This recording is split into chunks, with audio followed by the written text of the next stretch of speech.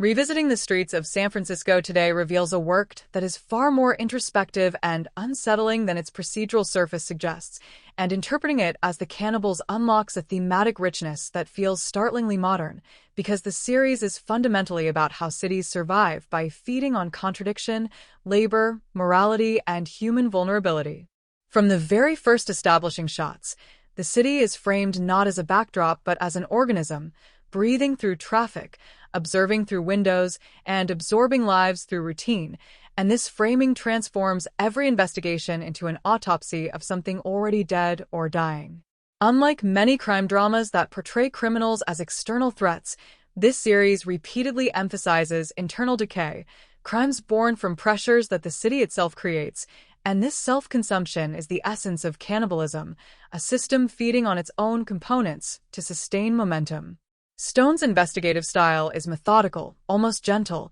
and this gentleness feels less like compassion and more like familiarity, as though he has seen the same patterns too many times to react with outrage, and this emotional fatigue is one of the most honest elements of the series. Heller's arc across episodes subtly charts the erosion of certainty, watching him learn that justice is often negotiated rather than delivered, and this realization is portrayed not as failure but as survival, which aligns perfectly with the cannibal metaphor. Scenes set in police offices are as claustrophobic as those set in criminal hideouts, reinforcing the idea that institutions consume their members as readily as they protect them, and that authority offers no immunity from the city's appetite. I remember watching an episode late at night, the city outside my window eerily quiet, and feeling an unexpected sense of recognition,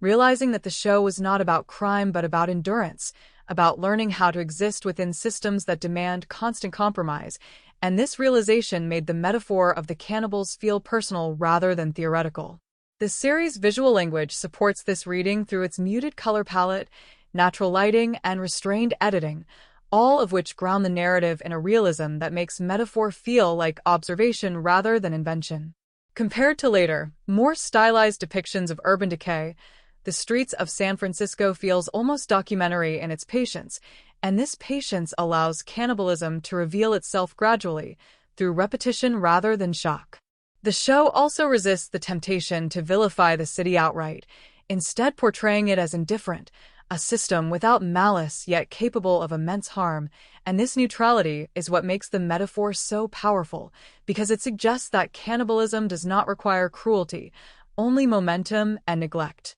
Episodes often end without moral resolution, leaving viewers with questions rather than answers, and this refusal to reassure mirrors real life, where harm is rarely undone and lessons are rarely learned quickly. The Cannibals as a title encapsulates this discomfort, naming a truth that the series circles but never states, that modern cities survive by consuming emotional labor, ethical clarity, and sometimes lives,